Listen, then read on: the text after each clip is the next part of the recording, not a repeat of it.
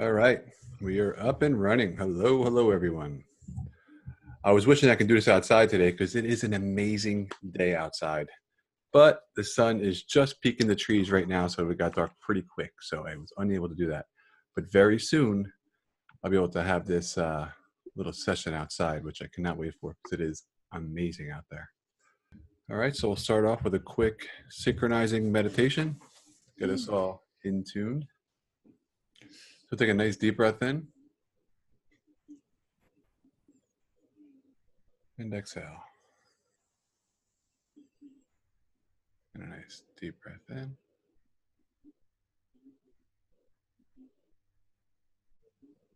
And exhale. And remember, as you're breathing in, fill up your belly first,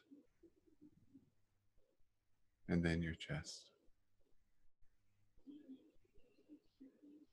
And as you exhale, let it all out together.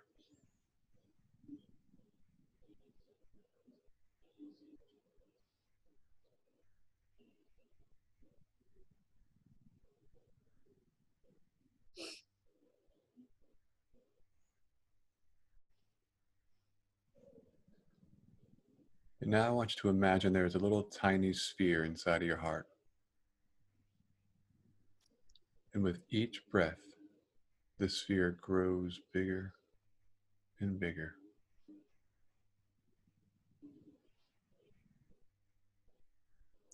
And as you exhale, it expands. And as you inhale, it expands.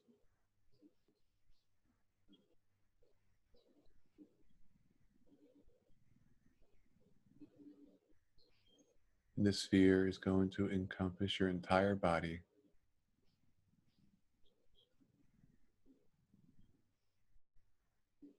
You will be in the sphere.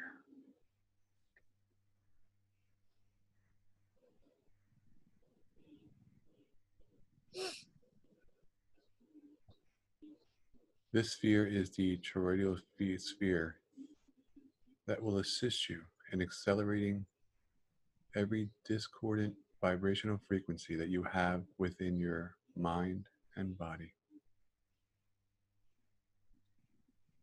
All you need to do is see this sphere around you and imagine it filling up with pure white light. And as the sphere fills up, it raises all vibratory frequencies to their original encoding, their original imprint.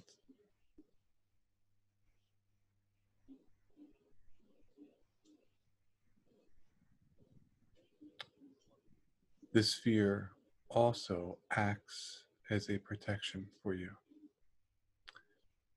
As you move around in this world, nothing unlike the nature of good and that of your highest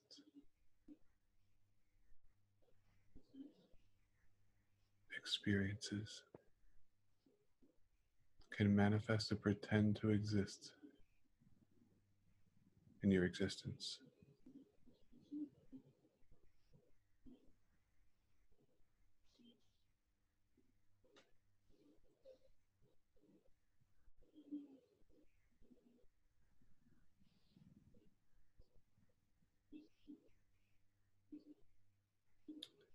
All right, coming back now. Open your eyes.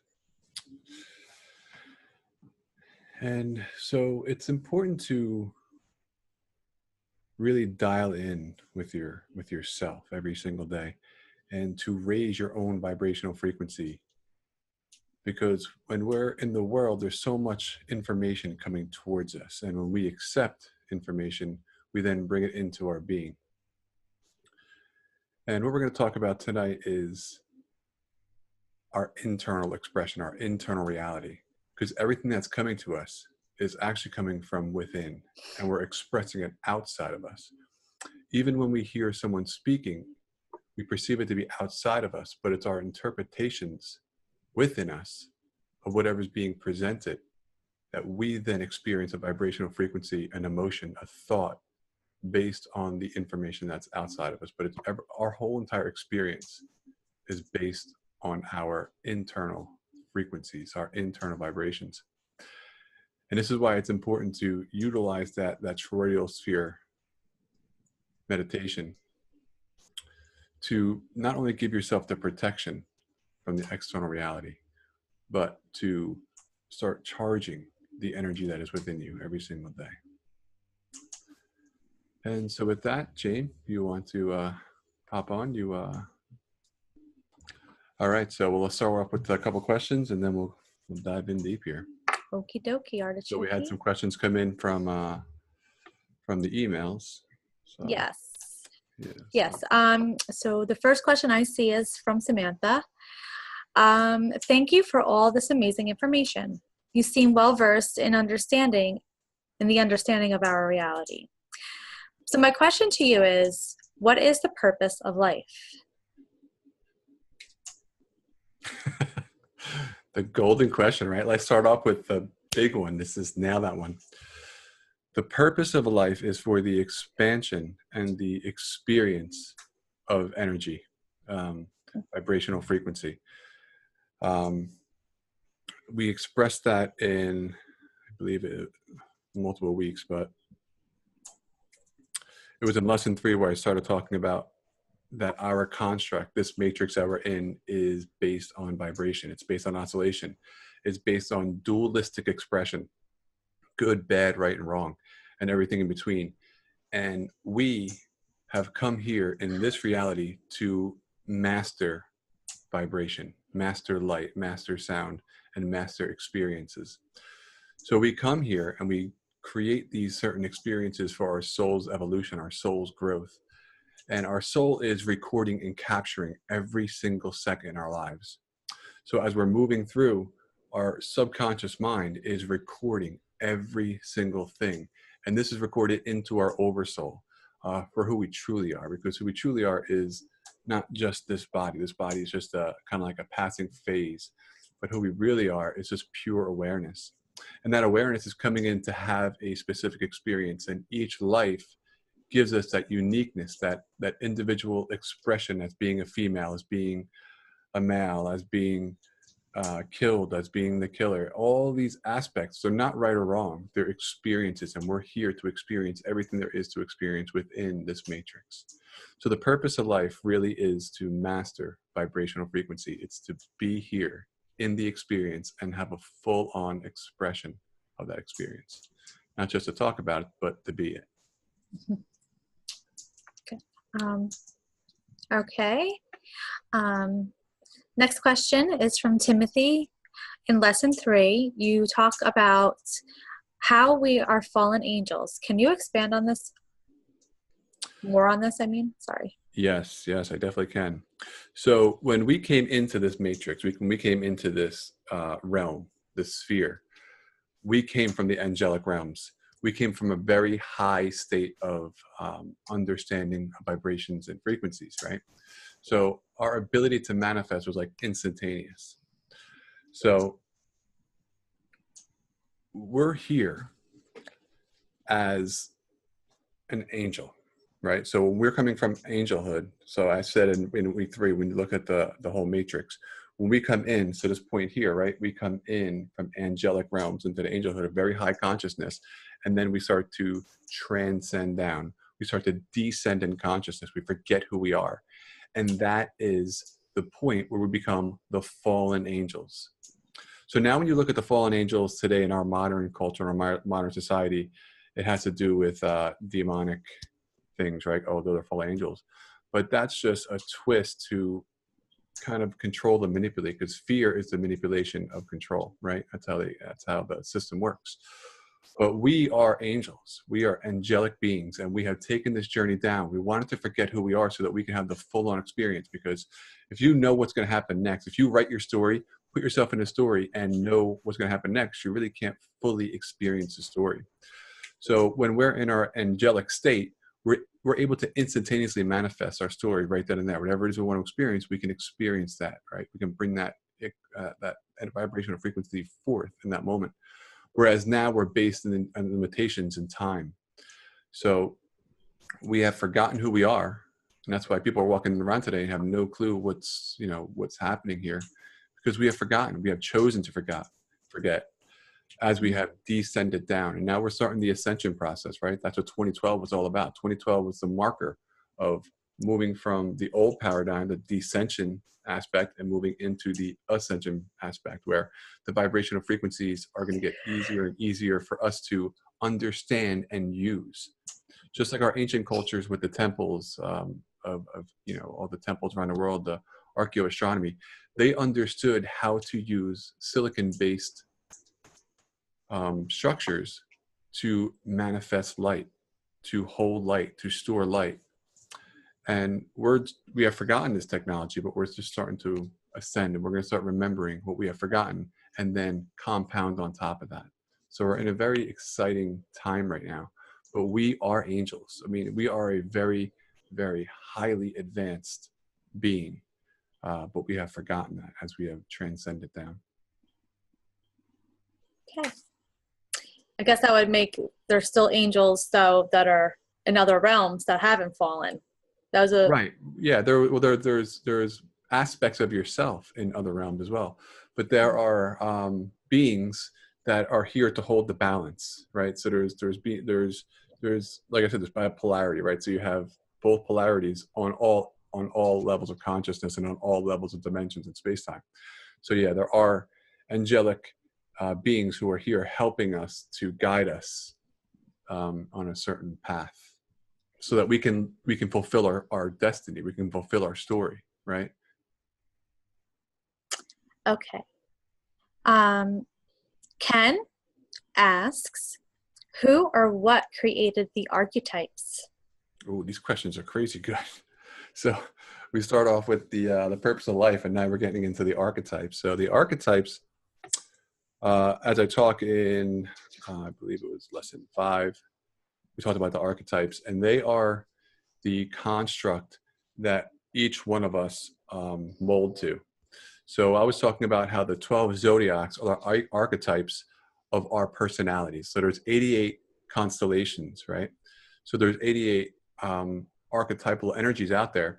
But for our psyche, the 12 zodiac signs are how we express through our experience. So the archetypes, who and what created them, I don't think is as important of a question right now for where we're at in this time space. But I think the understanding of how those archetypes are being reflected within you and how you're experiencing those archetypes. For instance, I'm a Sagittarian, right? Sagittarius. So I see the reality, this realm, in a Sagittarian perspective.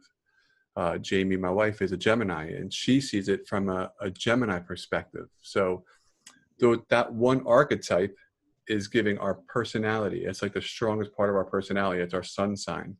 But then there's multiple aspects of how the light and sound are propagated into our being the moment that we're born. So the archetypal energies, we have all 12 archetypal energies within our psyche, within our construct of what makes us who we are and how we express ourselves. But each one of these constructs has to be created so that we know before we come into this existence what to pick and how to pick it, so that we can create a story. We can create not so much an experiment, but we can create an outcome that our soul is looking to achieve. And then we use these archetypes to give us these uniquenesses about us that can give us each life that we have. It gives us flavor, it gives us color, it gives us a way to experience the reality completely different, right? So each one of us have the same 12 archetypes within us that are giving us our perspective, our perception. But when we came into this existence, the moment that we came into this realm, those archetypes seeded in based on the angles. So these angles, we know what that angles are. I'll get to that later, but these angles change. Yeah, because I think someone else had a question about this, so I'll get into that in a second. these angles of light and sound change according to where we are. And this changes our relationship to the experience of the archetypes. So if you look at light bending at a specific angle, you can get a different color, right? If you take a spectrum and you run it through and you're changing the angle of the spectrum, the light's going to change as it reflects off and give you a different color. So it gives us a different color, a different flavor of looking at this perspective, this perception of this realm that we're in. So it's really the makeup of how we're seeing this reality, the 12 archetypes of the zodiac sign. But there are 88 zodiacs, so there's archetypal energies that we're not even aware of. But for our personality, we understand the 12 archetypes of the zodiacs. But who made them and why? Like I said, I don't feel it's really important right at this point in time. I think it's understanding your own makeup and how those aspects are reflecting within you. Okay. Next question is from Beth. Can you expand more on the I am? Yes, I can. I love the I am. So I came into the I am very early on in my life. And when I did channeling for those 4 or 5 years that I had the ability to sit with a group of people and share my heart's expression and channel my higher self, I always went right to the I am. So it wasn't about channeling another being, because I understood that every being states I. I is what makes us all individualized from the infinite, but I is the source of who we all are. I is the awareness. So when you say I, you are saying I am aware.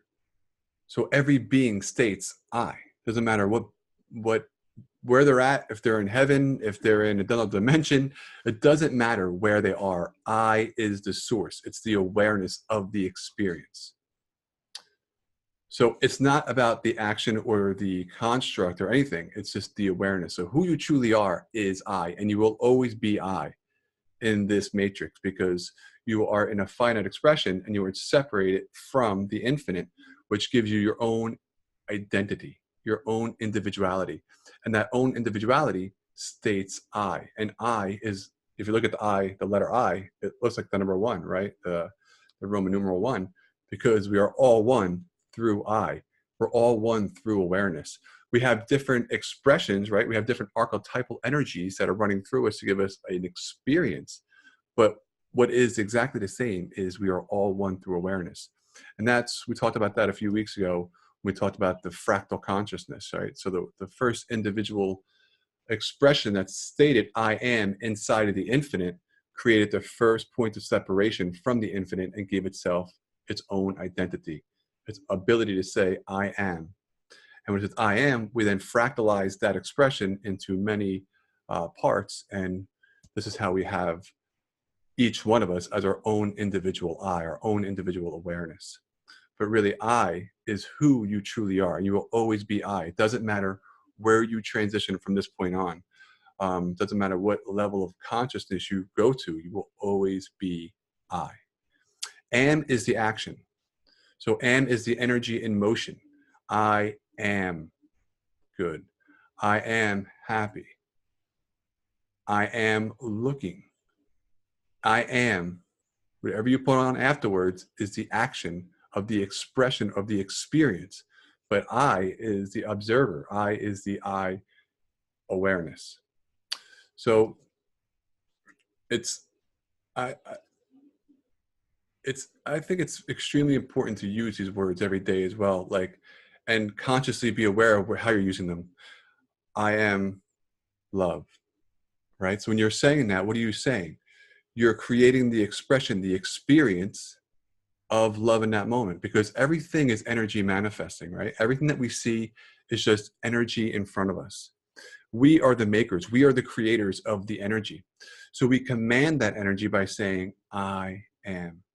And it's through saying, I am X, Y, or Z that gives you the emotional expression, emotional experience to pull from the infinite. Because remember, the infinite is all around us. Every possibility every thought you think is possible, right?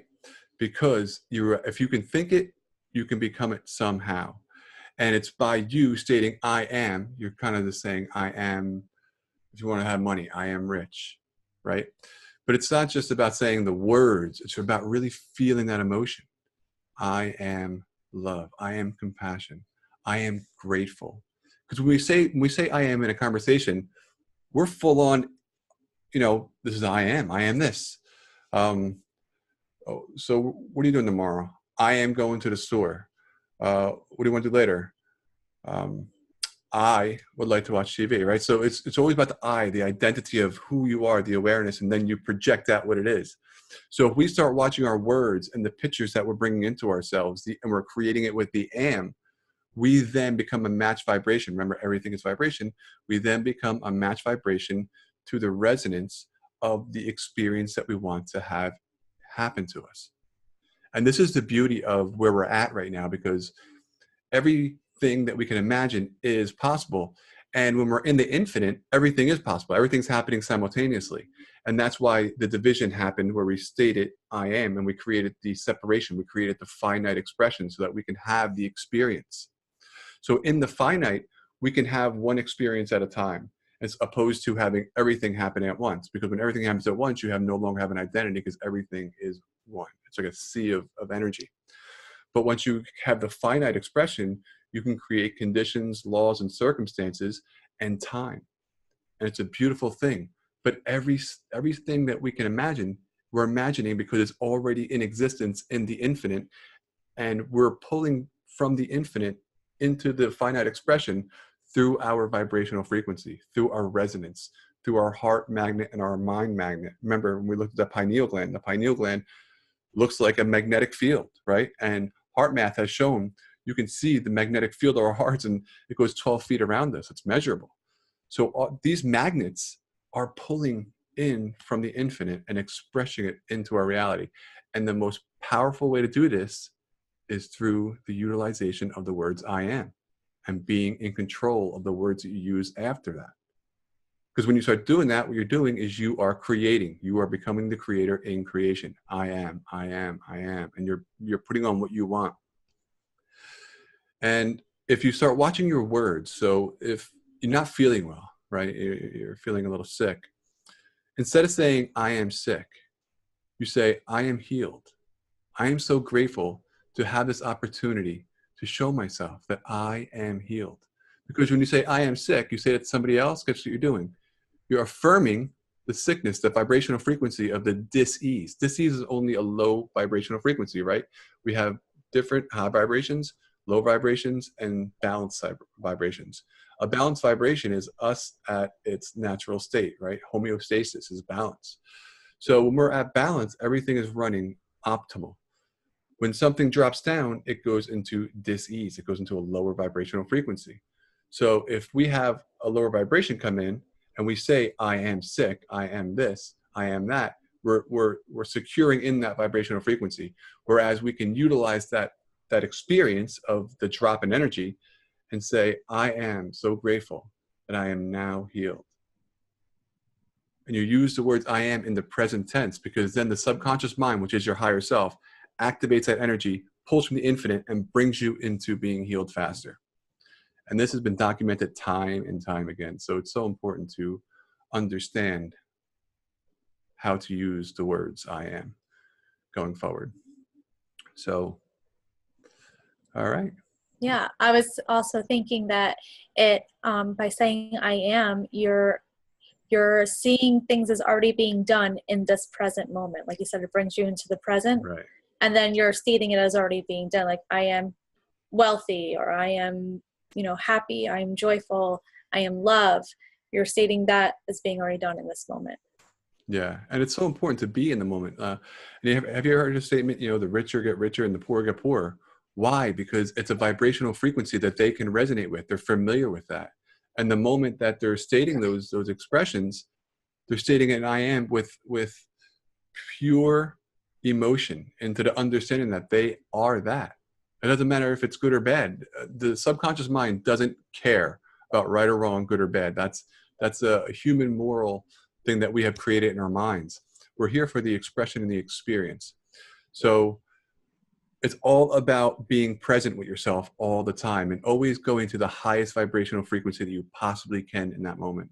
Even if you feel like, you're ready to go lay down because you're shot out, be in the mindset of, I am so grateful to have the opportunity where I can go and lay down right now and heal my body because I am healed. And your higher self, subconscious mind goes, oh, I know where to get that experience from. Pull it from the infinite, boom, comes your reality that much faster because your body knows what to do. It knows how to do it very quickly. So, go ahead, babe. Okay, you got it.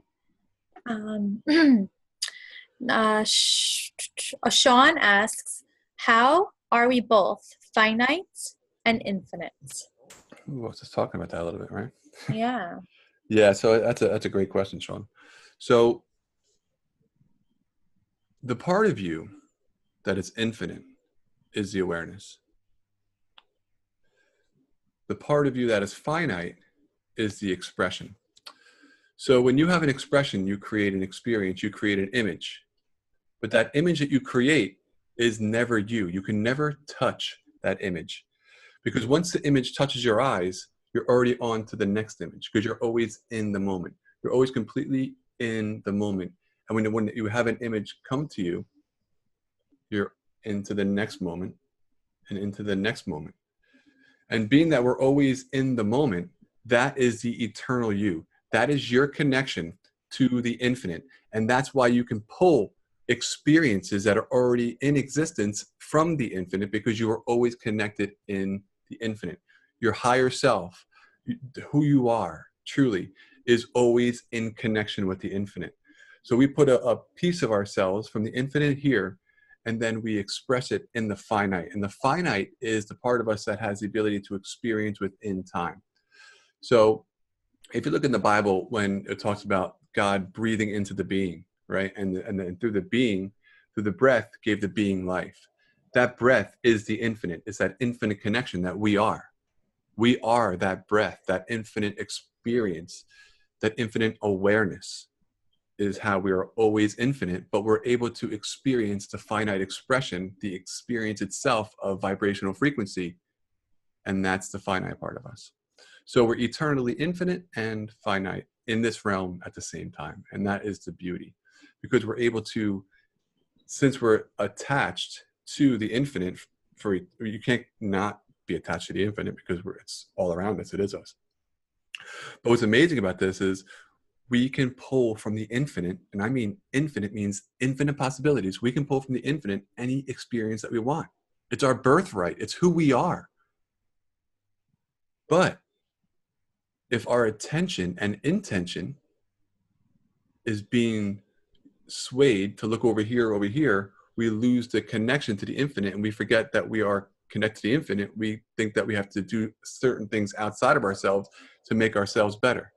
For instance, if you look at like, the 5G network, right? It's a big thing that's in the news these days. Like 5G is so bad. What we're talking about is a vibrational frequency.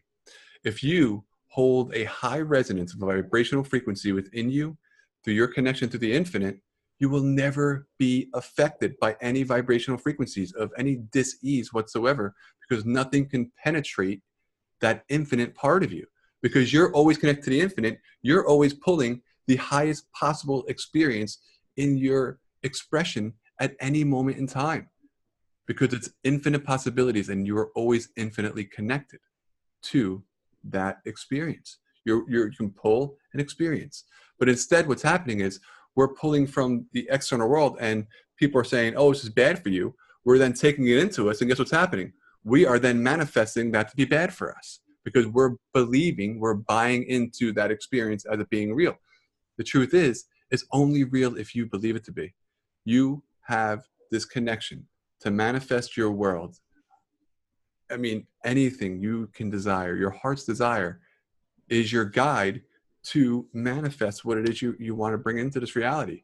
You have a soul's purpose. You have a destiny. And the infinite is how we can then create our own expression, our own experience. Whereas before, I kind of talked about that, I think in week 6, when I talked about how we're no longer receiving information. Whereas in the dissension process, we were being programmed. We were receiving a lot of information. Where now, we're not going to be, it's not about receiving information anymore. It's about projecting, right? We have all this knowledge inside of us now. Now it's about projecting what it is that we want onto the screen around us, the reality around us. It's all about our projection. And it's through our thoughts and it's through our words. What do you want to manifest? Whatever you want to manifest, say, I am, and direct it. And your infinite connection to the infinite pulls that experience to you. So that's how we're infinite and finite. Okay. Heather has a statement. Okay, I have more of a statement rather than a question. Lesson 7, the connection you made with ancient technology and modern technology was mind-blowing.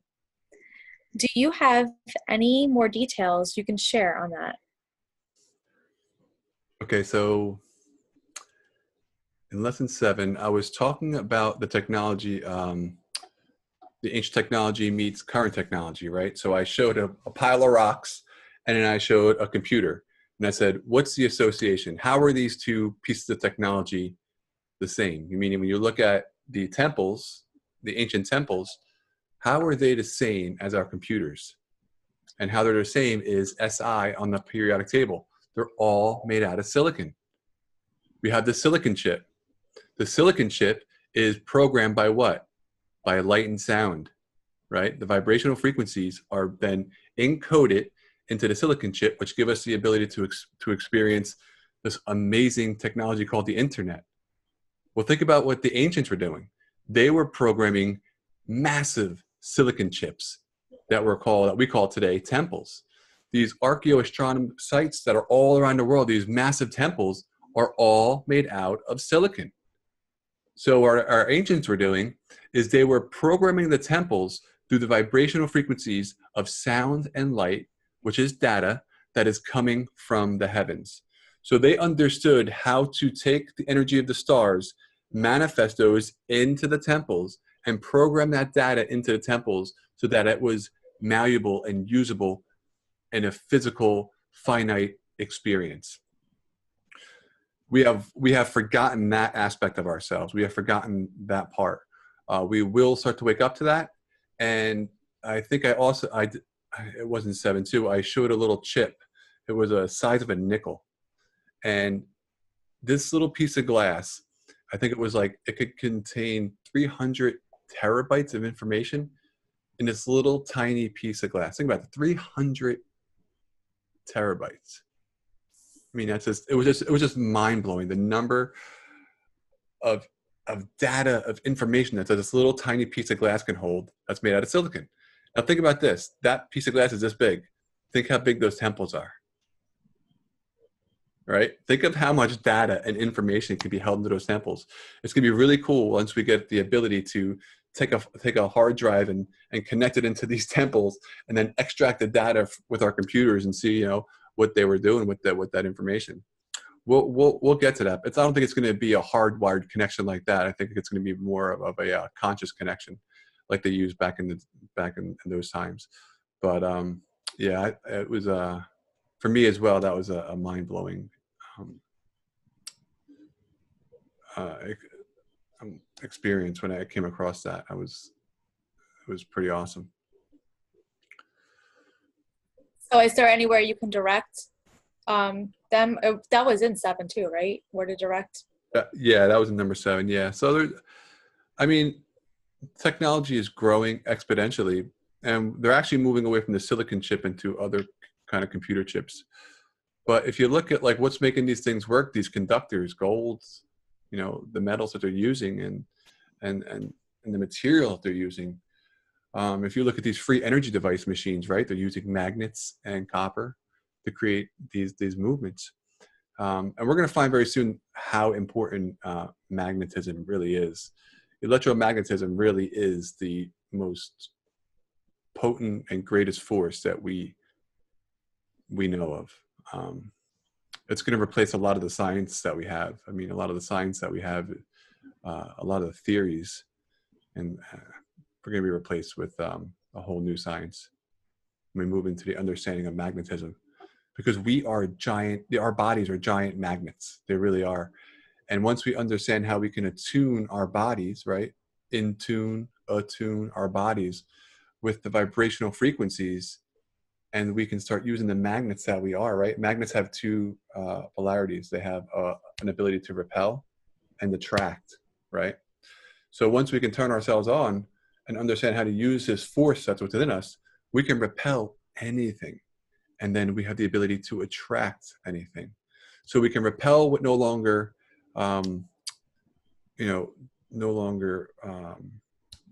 Serves supports us.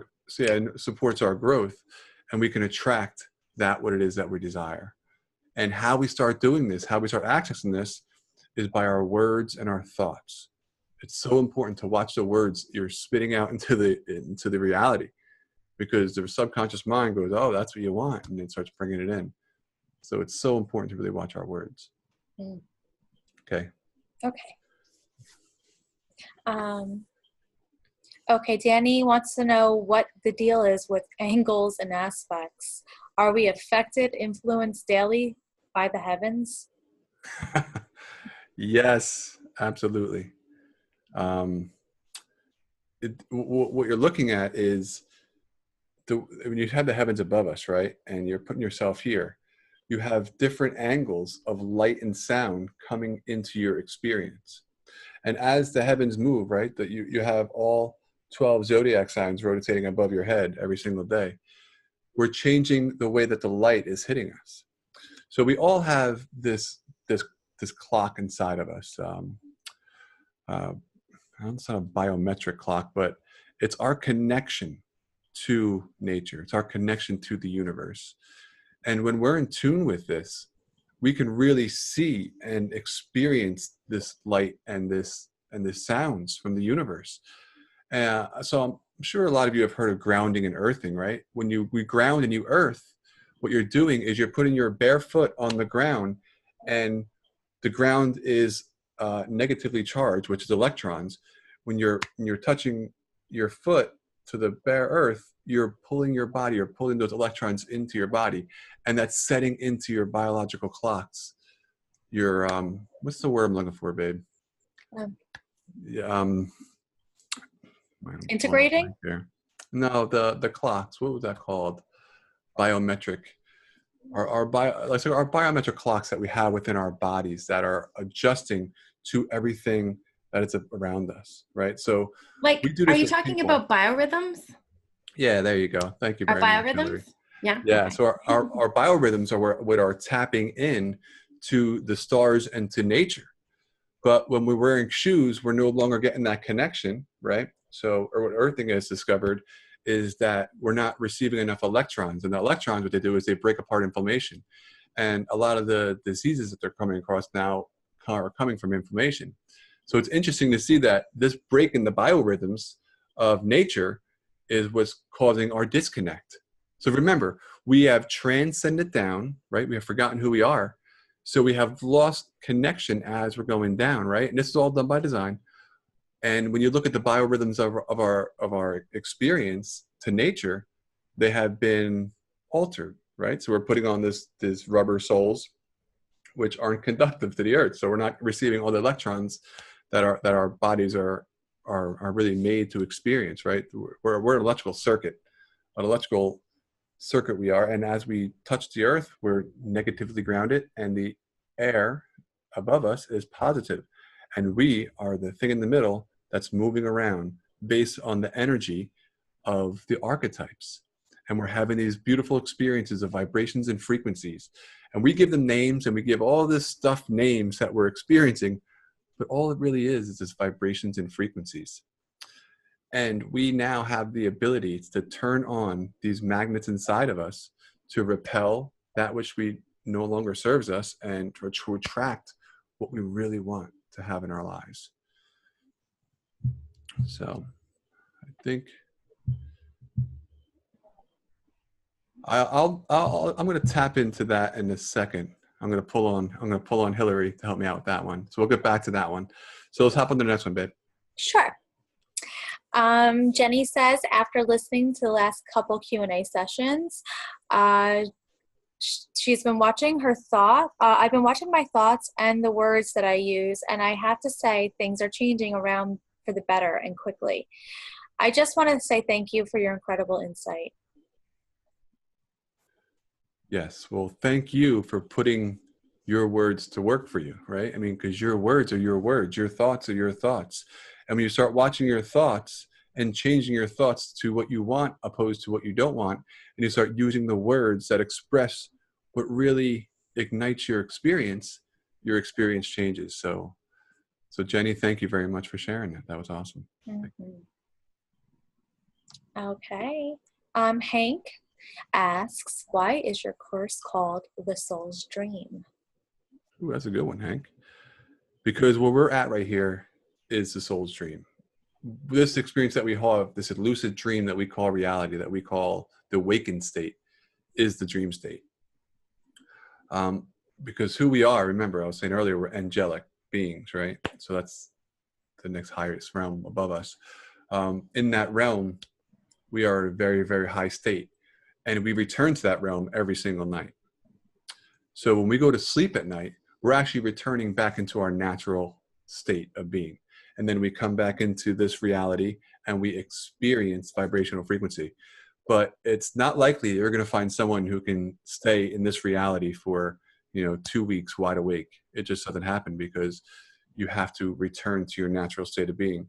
So when we're awake here for these 12 to 18 hours, we're actually in the dream state here. Because when we go back into our natural state, we're actually creating the vibrational frequencies to be projected in this reality so that we can have the experience that we're looking to have.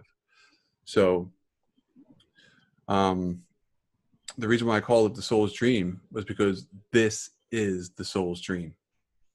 And you're going to live many lives. So who you are, the awareness of who you are, is the soul.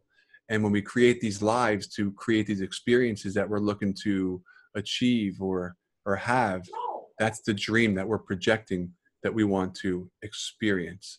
And this is what we're projecting it in. We're projecting it into this finite experience. This is where we're having the experience, right? We're creating the story, forgetting that we created the story, put ourselves into the story and have the experience as if it's a new expression of our reality, but really it's our higher self creating at every step of the way.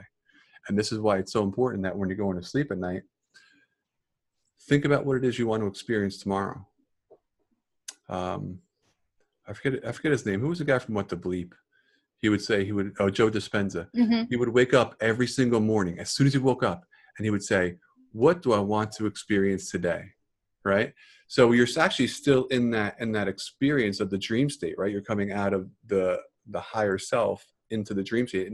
So it's kind of flopped around where we think we're coming from the dream, but we're actually coming from our natural state into the dream. So when we do that, we still have the ability to tap into the connection of the creation process. So right before you go into sleep, program into your subconscious what it is you want to experience tomorrow. And as soon as you wake up, program what it is you want to experience. Because actually what you're doing is you're just remembering your dream state of what it is you experience. And it's funny, when you look at your dreams and you examine your dreams are telling you what's coming up in your life, right? So when you might like see somebody, or you might see a car or something like that, and then all of a sudden you're like, oh wow, I've seen that in my dream. The reason why you see it in your dream because you were the one creating that experience that actually manifests for you. You have forgotten that you did that, and that's why deja vu is possible. Because when you have deja vu, you're actually remembering the creation process before it's happening, because you've already created it, and then you're remembering that you created it, and then you're like, oh, wait a second, that already happened. Yes, it did. It happened in your dreams. You created it. You have forgotten that, and that's part of the experience here. So that's how deja vu works. All right, next one, Jane. Sure. Oops.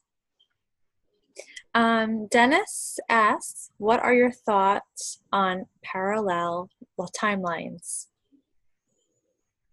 My thoughts on parallel timelines are how I explain the infinite. So the infinite is where all possibilities exist.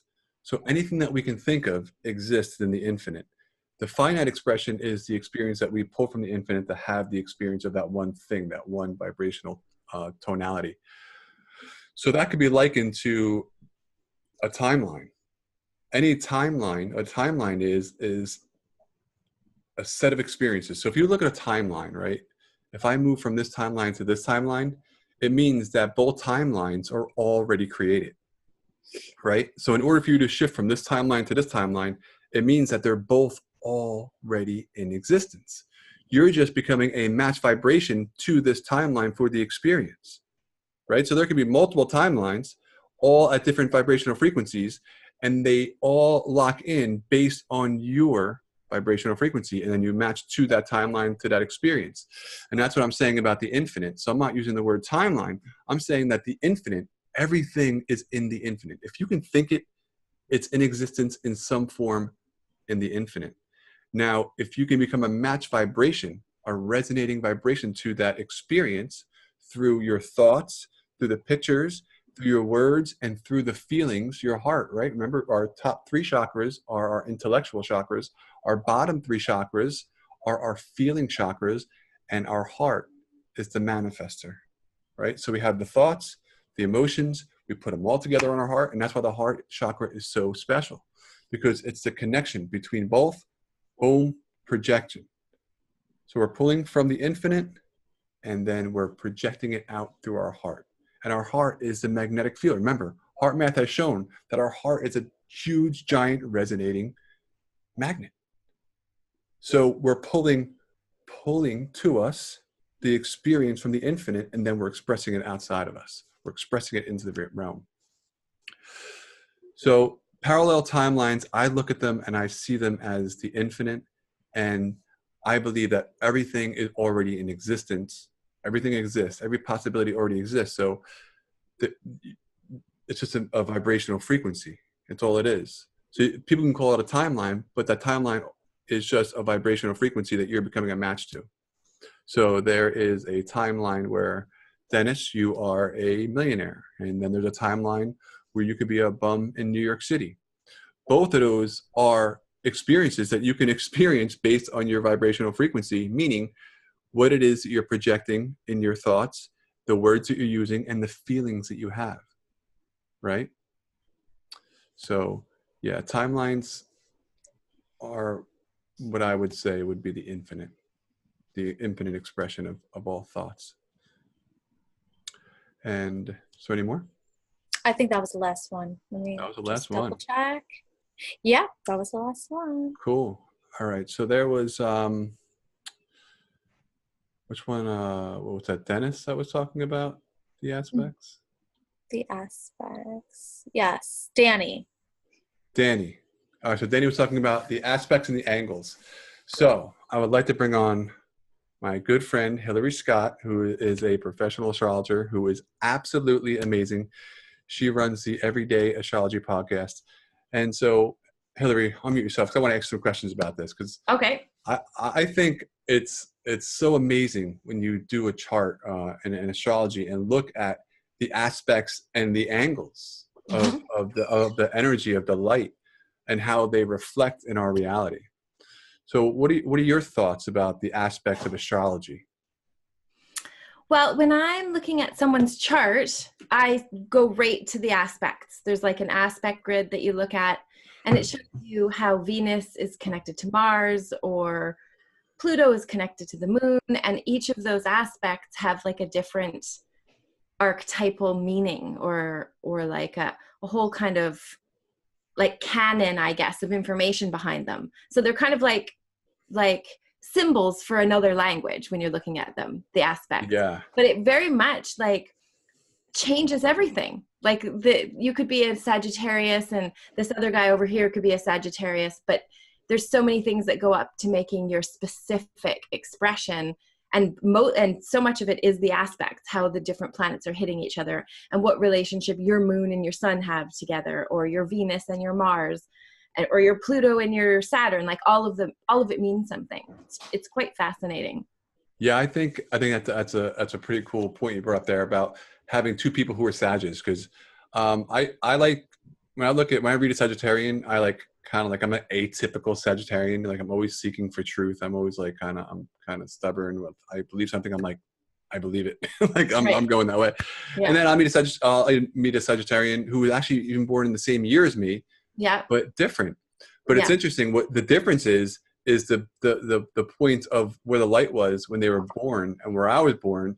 And at that point, it's about where the light above us, right? The stars in the heavens, the angles of the light and sound that are like projected into that reality. And it's amazing because those angles play a massive part into what makes us who we are. And it's just ever so slightly, it's like I was saying with a prism. If you take a crystal, and you run a light through it, you can see the colors.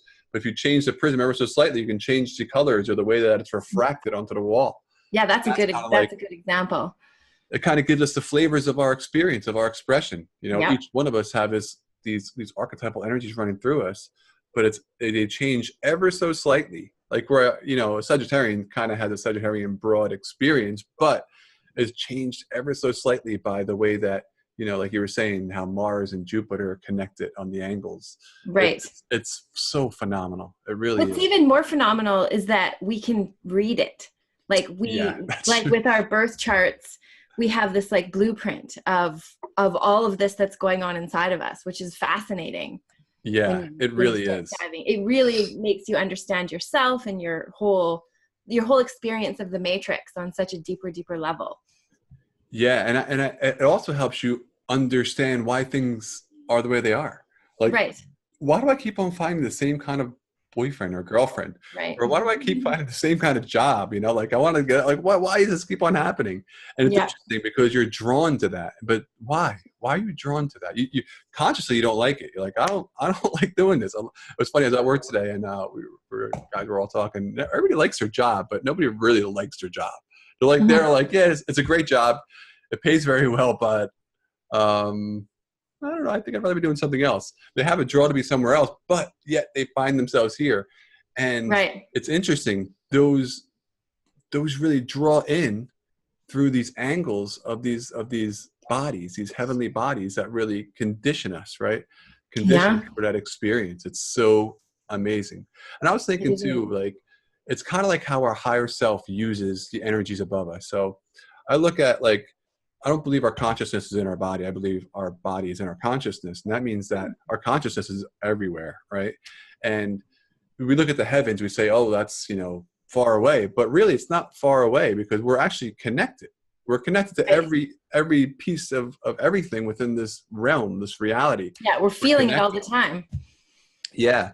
And it's like being projected with these different angles. And I feel like our higher selves are using those energies to create the experience for us.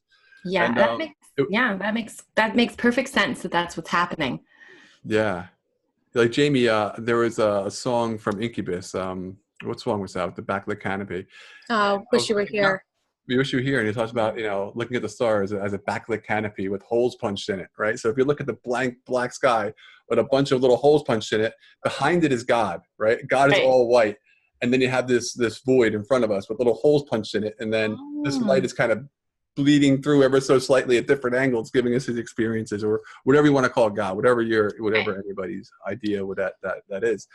But it's interesting when you look at it, like, behind everything, right? So when you look at the infinite is God. It's everything. Everything exists in the infinite. And if you think about it, I would associate the infinite or God with light, with all light, pure white light, right?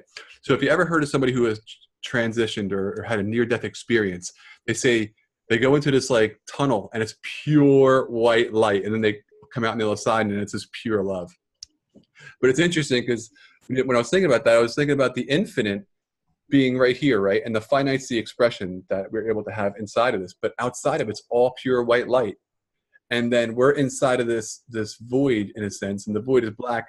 And if there's little holes punched in it all over the place, and then it just ever so slightly brings in the light. And that's how we're tapping into the infinite, right? Through these stars. But it's our higher self who, when we move into the dream state, which is programming the specific vibrations for us to be in the right location of the angle of the experience. Right. So we're like, so when we go to a different part of, you know, the world or a different town, we're actually moving in space time, but we're actually changing our angles to the light and the sound that's coming in from the heavens above us. That's actually a form of astrology called astrocartography, where you can track which part of the world is most supportive to you. Like there's Neptune lines or Saturn lines, or Mars is over here or Mercury is here, and it changes our experience. So if you travel a lot, you get to see that. You get to see how you react in different areas.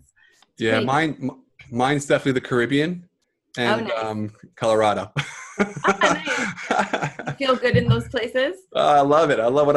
I love Colorado because it's a connection to nature there. Right. Where you live too? You in British Columbia. It's connection to nature is so like so big and vast. It is. It's And very majestic. I love being in the Caribbean. I just love the blue water. I just love floating, and those beaches are amazing. Nice. But yeah. I wonder, have you ever looked at your cartography, like your astrocartography? No, I've never even heard of that. Yeah, never even heard of that. It's very cool. And usually we're drawn to where we would feel good. Like I like being in Arizona. I feel really like clear-headed, and I love the saguaro cactuses, and there I have a Mercury line, which helps my mind work really well, which I like. I enjoy it when my mind is very clear, and you know, I can get a lot done with a clear mind. Whereas I'm living on a Neptune line in British Columbia along the West Coast, which makes it a more dreamy, like it's not as easy for me to tap into clarity here as it is in Arizona. But I can tap into the dreamy world really well here. So that's good too. That is good, yeah. Yeah. How interesting is that, right? Like when you look at all of the different aspects of astrology and how many different, you know, modalities there are. There's so many. It's like a big tree with many branches. Yeah, I think it'd be so cool if, like, when you go to school, you learn this. You know, like when you go into school, it's kind of like the first thing you learn is who you are. Yeah. Right. So that means, what is your makeup? What is your what are your challenges and what are your strengths? Right. And this is all being expressed by these angles. So we understand what our challenges are. We can overcome them with our strengths. So we know that this happens. This is coming up for this reason. It would just be so nice. It would be so. And I think the Mayans actually did that. They were, you know, we know the Mayans were incredible with understanding the stars, right? I mean, they have 13, 14 calendars based on all the movements of the stars, and they can predict things way into the future. But they would name their children based on the day that they were born, so that when you met someone, you knew that person, you knew who they were. Right. So I would be December, which would be my sun, right? They would be my sun sign. December 6th. 6 would be the angle. Oh. So I was 6 would be 15 degrees. Cause I'm like 14 and a half. Like I'm like, right, you know, say 15 degrees. Right. Number 6 would be 15 degrees, which means the angle of the light of the sun in Sagittarius. And then 1978 would express and explain the rest of where everything else was. Right. So if we knew, everybody knew that then. Yeah. So if everybody knows the astrology aspect, like if we all go to school and right away we're taught who we are based on our soul level, our astrological level, then we know who we are. We would know who everyone else is. We wouldn't be trying to be everyone else either. We would be happy to be us, because it would be impossible to be anyone else ultimately. And who would want to be somebody else? Like you are an amazing, unique being. Each one of us are so amazing and so unique in our own right. And if we could just bring that light out and share that, you know, instead of, like you're saying, I think I talked about this on one of the interviews I had. I was talking about the false lights. And how we're talking about stars, right? We're talking about the stars and the energy of the stars. But when you look at false light, what that is, false light is a vibrational frequency that's not the truth. So it's interesting when we call stars today, we call them movie stars. Right. Right. So everybody wants to aspire to be like the movie stars. Whereas back in the day, we had the understanding, we knew we would aspire to be the archetypal energies and understood that. So when we were aspiring to be the true, like the actual stars. Our actual expression of that, where now we're following the false light to try to become somebody else, like you were saying.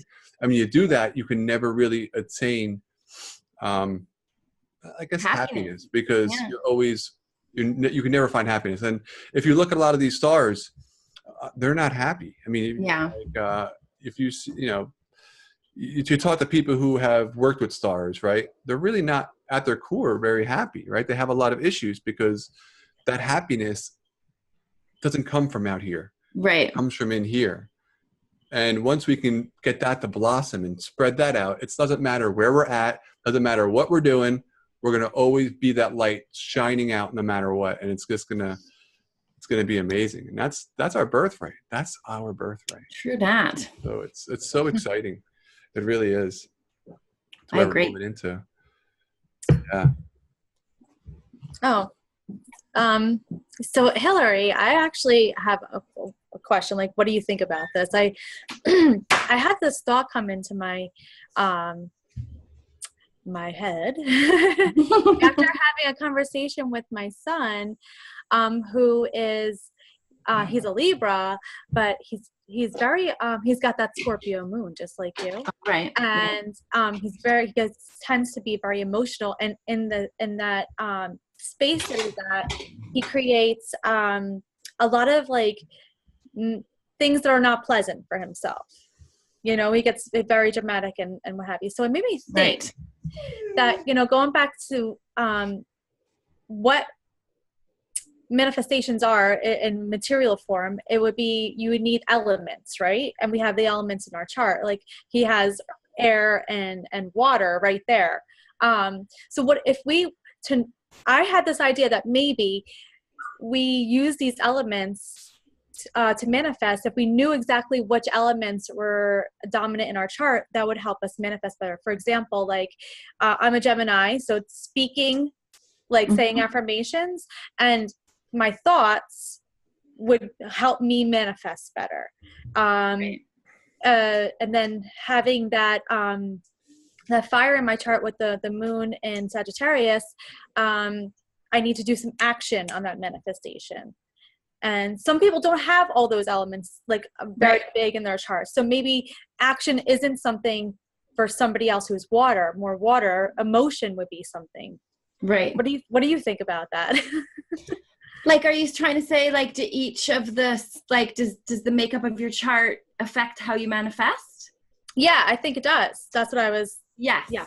Yeah. Like I think that there's like elements to manifesting, right? And one of the important ones is tapping into the emotional realm. So I wonder, this would be something to, I guess, watch or whatever. Yeah. But like with someone like your son has, he's Libra with Scorpio.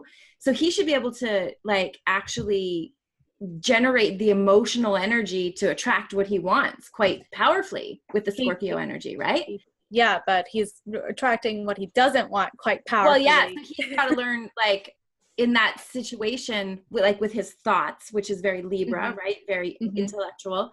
Like, he's got to kind of probably make a game plan that's intellectual and then discipline himself to draw the energy, like Jason was saying, like with his magnetic self, which the Scorpio energy is very powerful for magnetizing because of its emotionality.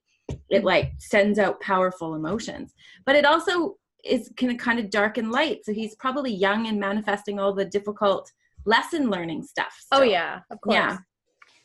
So I guess once you experience what you don't want, then you know what to call in, you know, like you want to call in what you do want, right? Yeah, exactly. How cool is that though, right? So when you're like you're just saying, so the Scorpion side can kind of bring in some of the harder aspects out of our experience. Yeah. So it shows that through these archetypal energies, how we're creating our reality, right? So our soul wants to experience something. Yeah. Our soul is here. It's designing it's a plan. It's like a game plan. Yeah, there is a plan. There is a purpose, and it's creating this experience. But it's using these archetypal energies to change and create how we're going to experience certain things. Right. It's so amazing to see how deep. We're seeing the workings of the Creator in a whole realm, a whole wide reality of looking at how the Creator is creating our reality in so many different ways. It's massively amazing. complex. It really is. But It really then is. again, it's not It's as difficult. complex as yeah, it's complex in the whole broad spectrum, but Yeah. it's not, the complexity isn't that complex when you think of all you have to do is Right. understand who you are first. I think that's the number one. You have to understand who you are. What you're working with. Yeah. Yeah. And then really watch what you're saying and watch the thoughts that are coming in. Yeah, it's so important because once you understand your strengths and your challenges, you can kind of work through that. Like, Yeah. we talked about this. I think I talked about this in Then you're conscious. course about the word because and the because double blind experiment. So they said when you use the word because, people are more willing to let you do something because they have a reason. When someone has a reason, they're willing to let you go. So what they did is they created a line to go to the fax machine, and then they had people lined up to fax something, and then they have somebody come up to right to the front of the line and say, "I'm going to fax this," and everybody's like, "Get to the back of the line, man! Like, get out of here!" Right.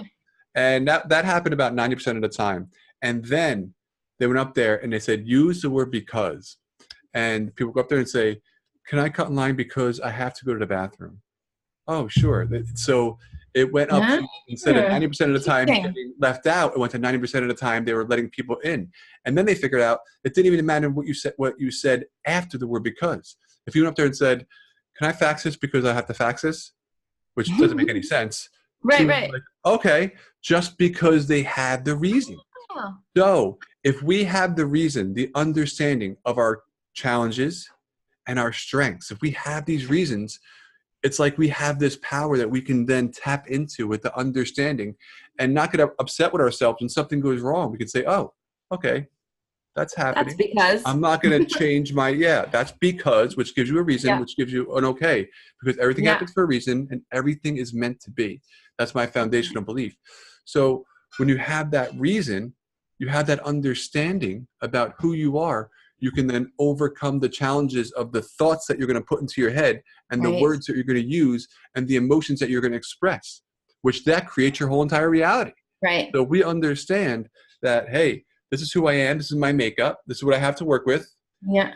Then I'm not going to use words that are going to bring me down. I'm going to use words that are going to bring me up.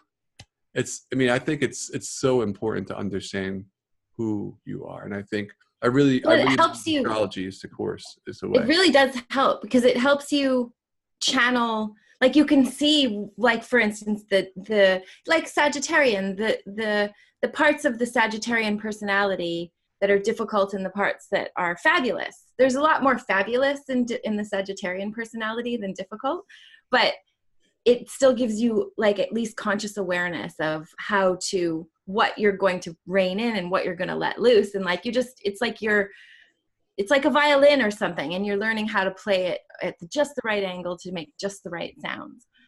Yeah, that's interesting. You were saying it's like a violin. It's kind of like we are tuning ourselves to become this instrument of manifesting our reality.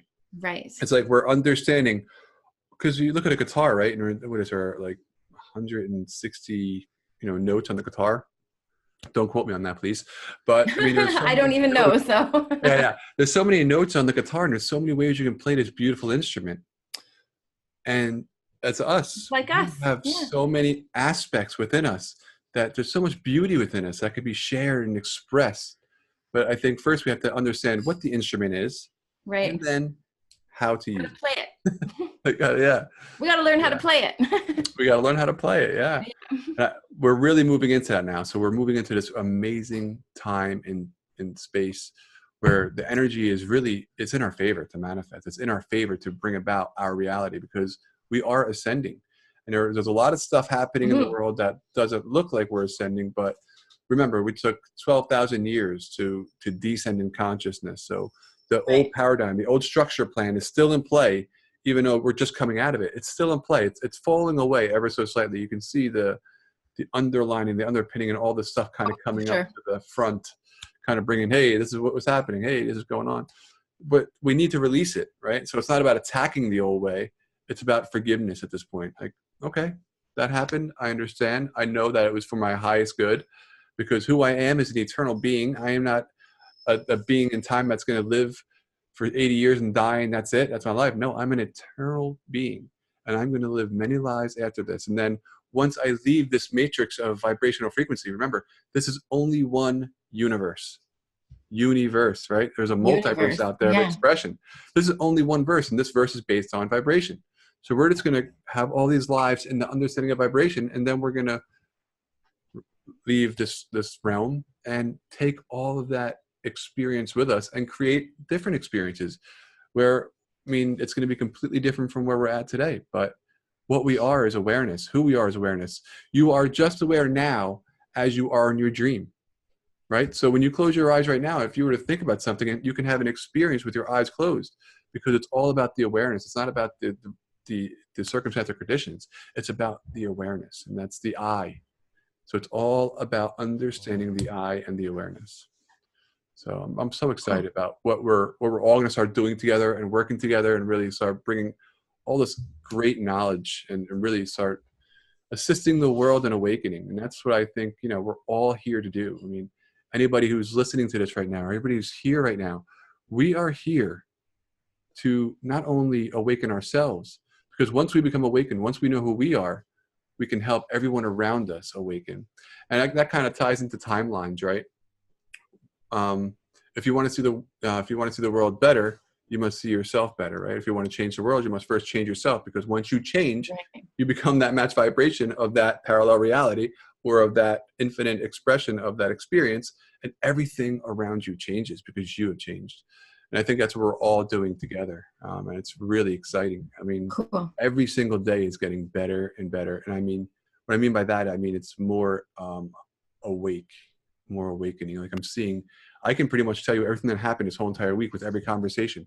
Like, it's like every day is just becoming like a sliver of a conversation. It's like when you have a conversation, you can remember whole conversations. Every day is becoming a sliver of a conversation, and it's all building in this amazing experience. I mean, it's fantastic. It's like waking up in the dream and being in a lucid dream, and commanding the dream around you instead of just being in the dream. So everything becomes more clear, and you find that you are the creator, and you're creating the reality around you. Yeah, because that really is the goal, right? If you look at all the mystics, they would always say it's about waking up in the dream.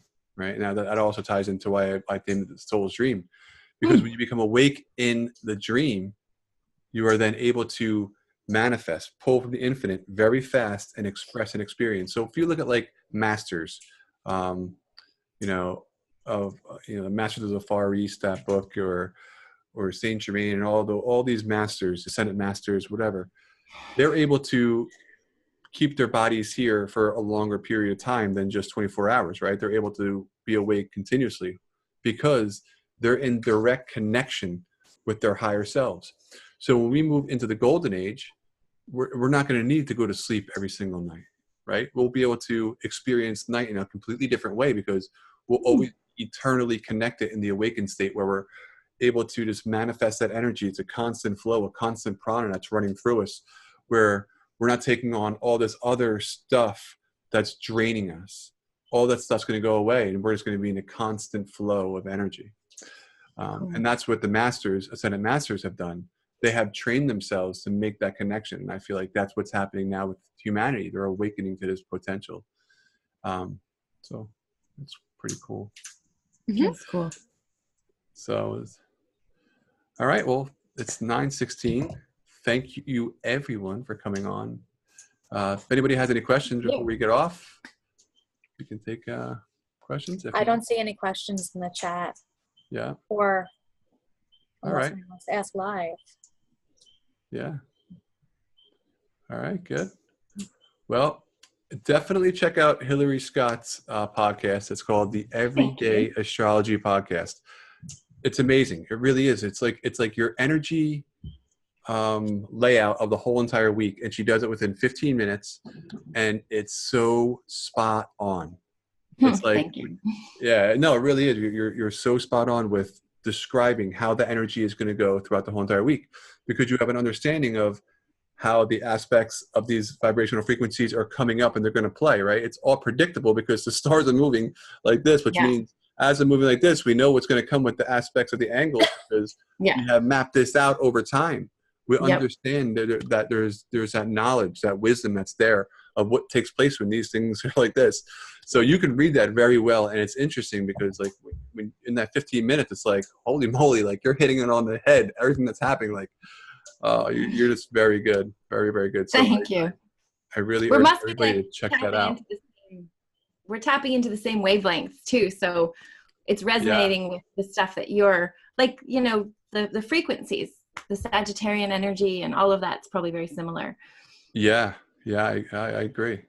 And it is the year for Sagittarians, right? Because we have Jupiter in Sagittarius this whole entire year, so it's a very, very great year for all of us because we all have Sagittarian in our chart. Yeah, we all have it somewhere. Have Jupiter in our chart, so it's a good year for all of us.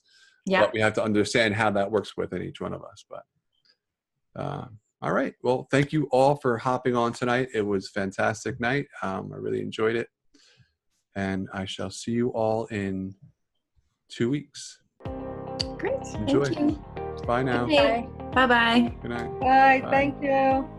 Thank you.